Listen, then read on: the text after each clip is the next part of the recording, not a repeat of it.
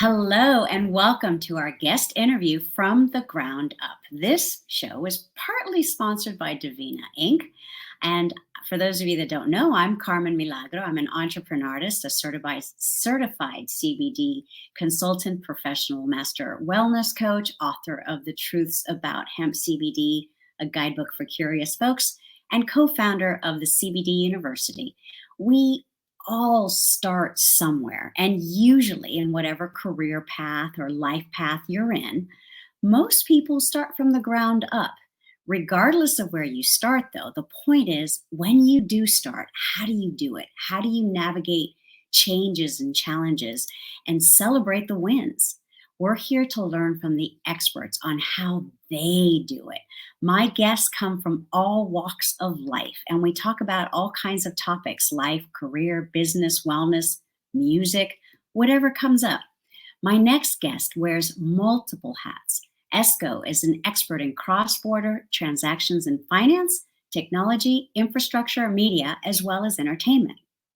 He's produced, written, and performed his music throughout the world. Upon completing his undergraduate studies at Wharton, he has structured various financings with leading global institutions, sourcing investments amounting to billions of US dollars. In 2016, he became one of the first to globalize distributed ledger technology, DLT. ESKOH has also co-chaired a number of iconic summits for the United Nations, World Energy Forum, and other international communities, often invited by heads of states and trade ministries to guide their mandates. The way ESKOH sums up his bio is this: he's an inventor, an entrepreneur, a singer, songwriter, producer, philanthropist, investor, and lover. Welcome to the show, ESKOH, and thank you for joining us here today on From the Ground Up. Thank you, Carmen. It's a pleasure to be here. I'm so excited that we get the chance to do this, ESKOH, but I know that you are super busy. As we went through the list of all the things that you do, you're probably doing them right now. And I thank you for taking the time to spend with us today. So we'll take a few minutes to share with our viewers and our listeners a little bit about what you do, how you do it, and why, if that's okay. What I do, how I do it, and why. Okay. What I do is, I think you've kind of shared a high level of it, but essentially, ESKOH, it's an acronym. It stands for Every Situation Can Offer Hope. So what I do is, really look for hope, even when it's a hopeless situation. I think hope is what really kind of drives our future. If you don't have hope in tomorrow, what are you doing today, right? So my kind of mandate is what I do is to really instill hope in others and instill hope in hopeless circumstances, because even as an entrepreneur, you need to have a vision of something that's not established before it happens. And sometimes you may look at, a desperate situation and not see the light at the end of the tunnel. But the more you do, the more you can kind of turn your negatives into positives. So that's what I do. And that really kind of guides the principles with which I invest. I do music. I write songs. I, do philanthropy and, a bunch of different aspects of my life. And what was the other thing? Was it why or how? Yeah. So, I guess, that really drives, everything that I do. It's all about, positivity, empowerment, and, kind of not only, benefiting myself, but benefiting the community, because, I believe in the phrase that, as the tide rises, all ships rise as well. So, my goal here on earth is to empower people to learn how to fish, not only eat fish, but, figure out how to use their God-given talents to make the most of their life and help those around them. I love that. You are basically changing the world, but that's not really a surprise. You come from a long line. Your family has changed the world in so many different ways. Can you share a couple of those ways? And what's the greatest lesson that you've learned from your family in the way that you literally, your family has changed the way we live our lives? Sure. Definitely. I'm sure, your family is amazing too, Carmen. But in terms of my family, I come from a multi-generational lineage of entrepreneurs. So as far as, we can see in recorded history, I can trace it back to my great grandfather. Mm-hmm. And he was part of the noble kind of Korean dynastic class, prior to the colonization of Korea, like in the 1800s. So I believe he was born in 1876, and he was one of the first people to kind of invite Western thought, religion, and even commerce into the Korean Peninsula, when a lot of his contemporaries at the time were kind of xenophobic, and they didn't really welcome foreigners. So he was one of the first people to kind of give them a chance, hear what they had to say. And a lot of those early arrivals, were missionaries, that were kind of coming, with a mandate of Christianity, and, kind of him educating himself, with the stories of, Jesus and the Bible, and kind of the lofty values and altruistic endeavors that we do kind of read about in scripture. He became, the first ordained pastor and minister of the Korean Peninsula and of the whole region. And, kind of gave him a lot of strength during desperate times, particularly in his generation. Japan colonized and invaded Korea. They're setting up kind of their World War II, Asian empire. Sure. And, from his generation and his kind of early vision, he was able to groom my grandfather, who ended up becoming the translator for the United Nations forces and for the U.S. forces during the Korean War. So he was kind of one of the only students at the time that spoke English. Mm-hmm. Believe it or not, he studied Shakespearean literature in college. So he ended up, I guess, being very eloquent, and the U.S. Army and UN forces ended up recruiting him to translate for them. And he ended up kind of giving them also strategic advice in terms of how to kind of flank the the North Korean and Chinese and communist forces that, really, if those forces didn't drive, those communist forces north, I may have not come to America, or my parents have not been able to come here, and we would have been under a communist regime, Sure. under a dictator. So that's kind of my grandfather's generation, and then that's kind of how they changed Korea and the surrounding areas. After the Korean War, fortunately, we were able to maintain a democracy. South Korea, unfortunately, it's still split even to today. But with South Korea, it was a very tumultuous time. Any kind of post-war country has a lot of uncertainty. Sure. So after kind of rebuilding South Korea and working with kind of foreign capital like USAID to rebuild Seoul and all these countries that were, obliterated by bombings and other things, he ended up relocating my family to the U.S. And within that generation, we also saw a lot of history makers. My mom's side, my mom's younger brother, my uncle, he invented HDMI technology, which everybody utilizes today, kind of taking the video engagement from analog to digital. That's his claim to fame. Right. She also married. Little claim. Yeah, exactly. Yeah, and then she also married my father. He's also very entrepreneurial. He was one of the founding kind of partners during the merger of Arthur Young and Ernst and Whinney, which became Ernst and Young.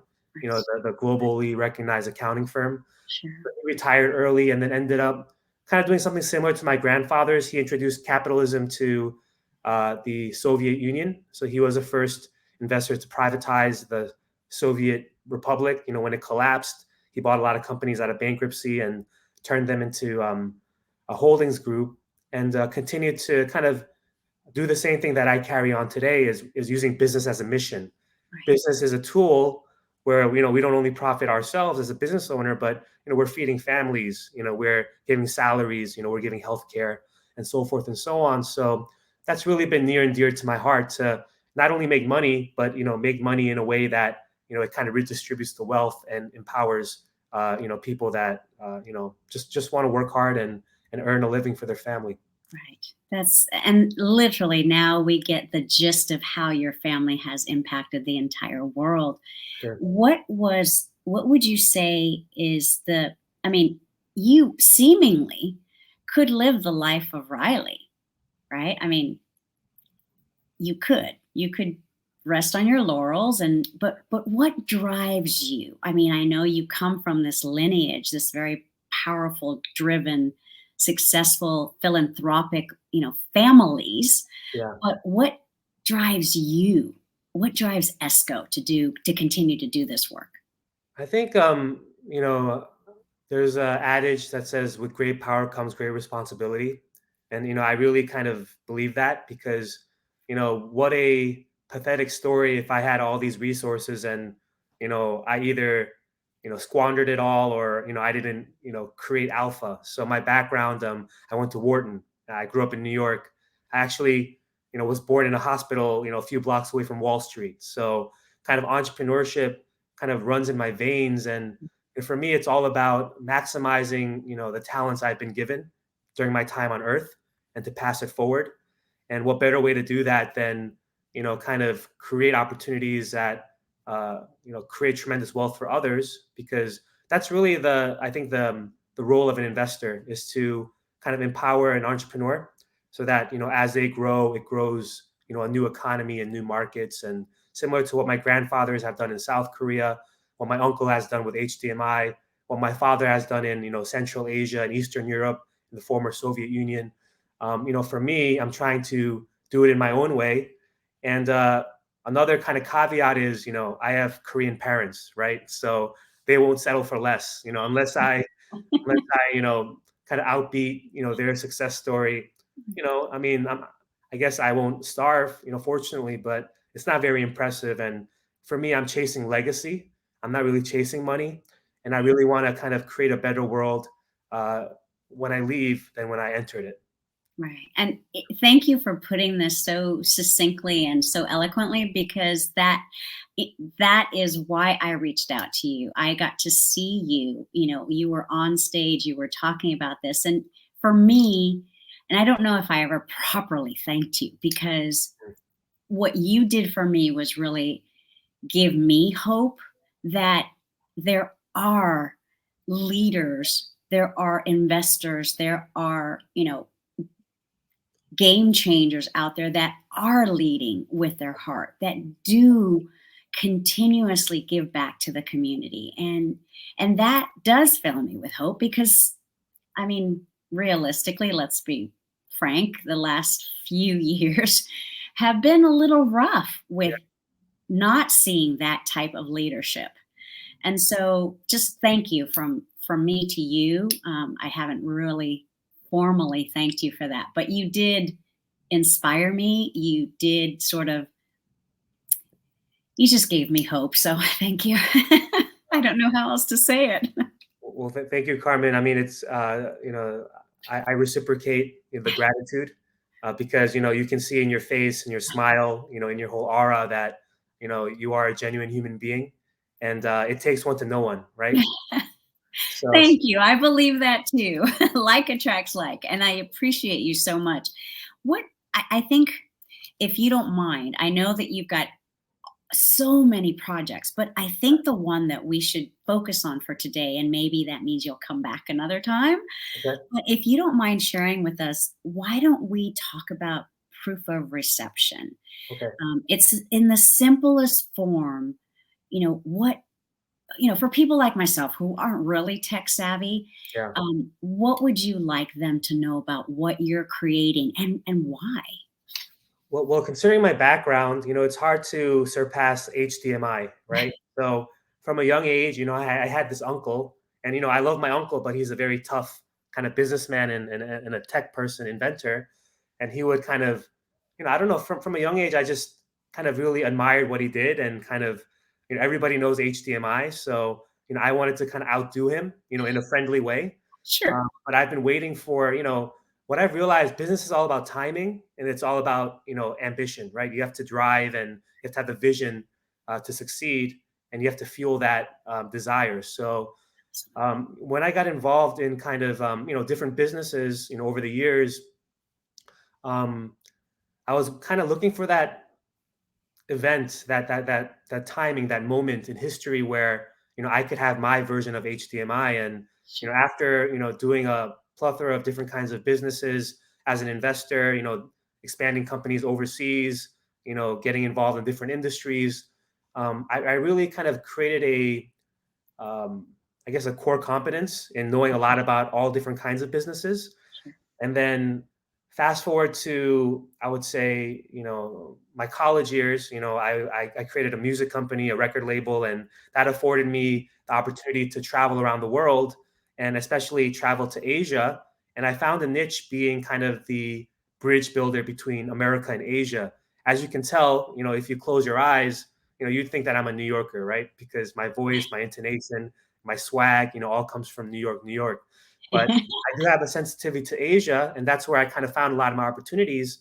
And early on, because of my expertise in both sides of the world and my connectivity, I was recruited by some of the early people involved in blockchain technologies to help them expand their technologies into Asia. So I essentially became one of the first people to introduce cryptocurrency into South Korea, and I did very well for myself. And at that point, I kind of dug into the technology, and I realized that there's a better way to do this type of transaction. And then I kind of took my newfound wealth and kind of created my independent holdings away from my family, because the last thing you want to do when you do something risky or new is use your family money with it. So after creating, a good amount of funds for myself, I started investing in a couple of different areas. Music, I've always done. I've created a lot of songs around the world. Made multi-platinum hits. But in terms of technology, which I feel technology is something where you can have that impact in everyone's life, in addition to music. But technology Yeah. is what I was going after because I wanted to, kind of do something in the lineage of my uncle. I realized that when you look at the internet today, there's a huge injustice that we're not aware of because we don't know what's behind the screen, right? We see this, kind of the front end of the screen, but behind the screen, if you take a deep look at it, what you realize is all of our digital identities or our human kind of parallel in the digital space is not owned, controlled, or benefiting, us as human beings. And when I realized that, it kind of gave me kind of a reminiscence back to the days of slavery, because there's all been gross kind of human suffering in all different types of ways, but there was also slavery in Korea as well. Koreans were subservient to all the different invading forces, and even the African American brothers and sisters in the US, and even Native Americans, they've all kind of gone through this horrific experience. Well, today, even in 2023 now, the same thing's happening online, because the images that we post online, the videos that we share, the comments, the messages, all these things that we create online based on our unique human input is now hostage controlled and manipulated by third parties. And that's where I really got the passion to be like, okay, it kind of matches my passion to create some innovative technology. It matches my heart to really help people create hope. And like you said, with the recent pandemic, with the recessionary economy and all these kind of violence kind of uprising in different spheres, a lot of people are hopeless right now. And what, the current paradigm of this centralized kind of validation of people controlling our data has kind of created a lopsided internet where there's a handful of billionaires and the rest of us are just minions creating billions for them. So our technology allows us to essentially create a new type of internet where Carmen, you and myself can utilize our, smart devices, which each of us has a smartphone. We can kind of reach out to each other through the internet and transact directly. And that's when I came up with this algorithm in 2021 to be like, it's called proof of reception, because as long as you, Carmen, receive value from me, and as long as I, ESKOH, receive value from you, that is all that's needed to confirm our transaction. And we can do that in conjunction with platforms. We can do it outside of platforms. It's just bringing that human native kind of methodology into the digital sphere, where technically, Carmen, you've already received some value from me which you've said that you've gotten hope. I've gotten value from you, which is to see your, bright smile, right? So now all these things, we can create a digital representation of all these values, which are called portions. It kind of goes with the POR lingo of proof of reception. And now we can validate each other's portions and not be hostaged, by a third party that just benefits from manipulating our relationship. So a lot of high level stuff there to unpack, but there's a lot of resources online where I spoke even at Mega Success where we met about it, that you can check out as well. Absolutely. And we'll do that, in the links below when we post this and this goes out. But there's, as I'm learning more and more, because as you know, I'm not a tech person, but as I'm learning more and I'm hearing you explain it in different ways and different angles, different things, the interview that I just did just recently is with Guillermo Diaz Jr. He was the CIO at Cisco Systems for many, many years, over 20 years, I believe. Oh. And, these are the types of conversations that I think are so important that I would like to help connect you to, because we talk about, in the Latino community, and I'm sure you probably already know this, in Silicon Valley, which is the richest tech, mega epicenter. Yep. But there is such a disparaging disconnect between our farm workers in the same area and the tech epicenter. It's mind-blowing. So these are the things that we're trying to, at least I'm trying to learn more and possibly make these connections. So that's why I love having these conversations, whether it's on the phone with you or here, and for our listeners and our viewers. Do you ever get to the point where you are looking for a way to put this, how do you put this message out, I guess, basically there's 63 million Latinos that could probably, from what I'm understanding, could probably benefit from what you've just described, what you've created. Yeah. How do we reach them all?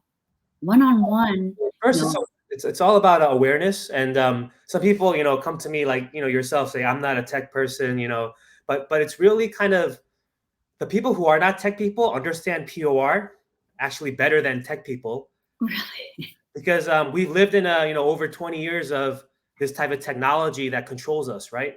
So that means that tech people are indoctrinated in the way things are, and they only know how to build technology based on that mindset.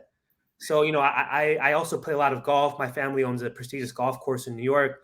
Like sometimes it's better to be somebody who never played golf, learning golf, than someone who has bad habits and needs to unlearn those habits and start from over again, because that's starting from negative. So first, I want to kind of encourage you to say, Carmen, you probably understand POR more than these tech nerds in Silicon Valley. They're already indoctrinated in this control mindset. Got it. Thank you. Number two is, the idea is, why don't these 60 million Latinos, create their own internet, right? Why are they doing everything on top of a platform where they give all their values away, right? And then what are the tangible ways in which that they can use this internet? If they're farmers, why don't, hypothetically, they kind of wake up to the fact that they're being exploited by, distribution channels, by wholesale markets, by, supermarkets. And why don't they, kind of take advantage of this farm to table concept and utilize proof of reception to take their produce and portion them and let people that are, all about organic premium, kind of let them become their own store, right? So the way is, the technology is there, we've developed it, we have a lot of developers, aggressively making these solutions, but it's all about, how do we use this technology to solve these problems and these disparities? The issue is, people need to, number one, be aware of it. And then number two, people like you who are influential to that community, we need to kind of bring it into their language and make it something digestible for them. But, for these farmers, why are they suffering? It's because they don't control the value chain. They don't connect with humans, their customers. There's so many, middlemen and technologies that exist that take that premium from the farm where they kind of take the produce out of the ground, ultimately, to the grocery shelf where someone buys it, that's a lot of profit margin there, right? So if I can empower that farmer to have this technology to find other buyers directly and then, ship it directly to them and get a payment directly to them, you understand the kind of the new breakthrough that we create for these communities, right? Absolutely. I really, yes, I, I, I understand more and more each day. And I think there's ways to do this. I mean, I think you already know about the, Yeah, and taking your this friend concept. your friend from Cisco, he can, be involved and, make sure that the Right. technology is scalable. So, you Yeah, have all the pieces. Yeah, yeah. I definitely think that I have to it wasn't by coincidence that I just did that interview with him, and then I'm following up with this interview with you.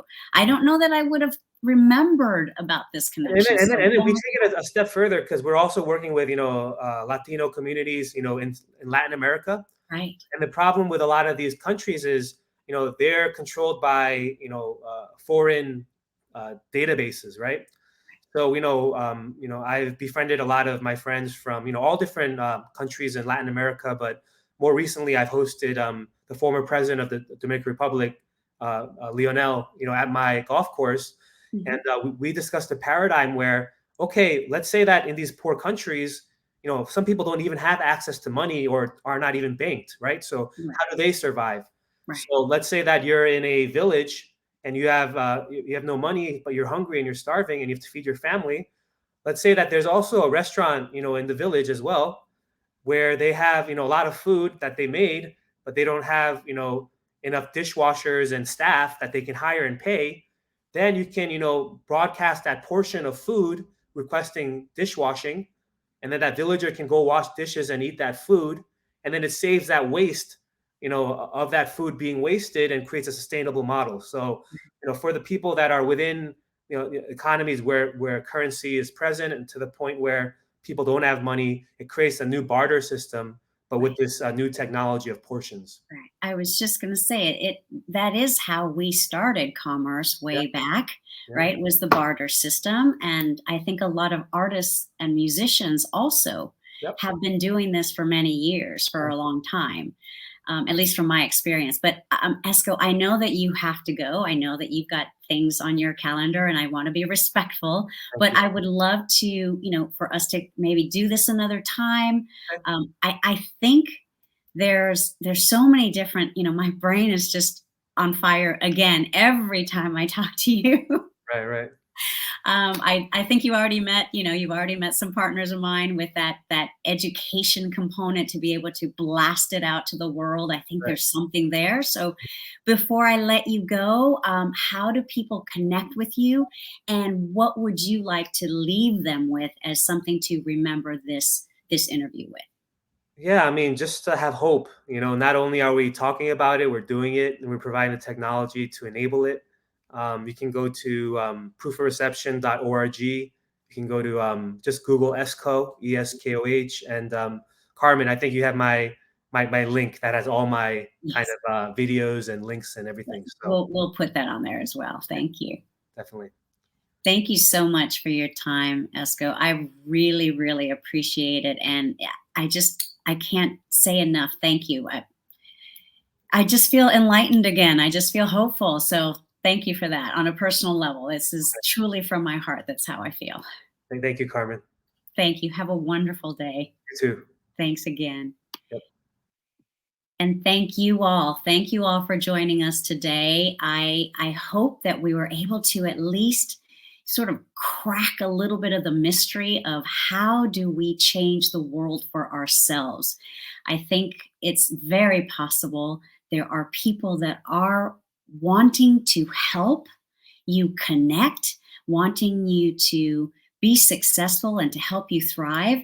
And those are my guests that come on the show. So without further ado, I'm going to let you go as well. I often say, before transformational success takes place, you have to start from the ground up and from the inside out. And that hopefully we are able to help you get started on that journey for yourself. There's no reason not to lead with your heart like ESKOH does. I think we can become successful. We can change the world for the better together. And I wish you good fortune in everything that you do. I hope that these video conversations, these chats that I have with different people do open up the doors of possibility for you. If I can help one person move forward or move out of a dark spot or a place where they're stuck, then that's the job. That's the job that I have signed up for. And I hope that I continue to inspire and that my guests give you advice that you can take to the bank and you can thrive and be happy. There's nothing more important, I think, than living the best life that you can, being the healthiest that you can, because of course, without health, the wealth doesn't mean anything. So From the Ground Up is sponsored again by Divina Inc. I'm Carmen Milagro. Until next time. Thank you, everyone. Bye.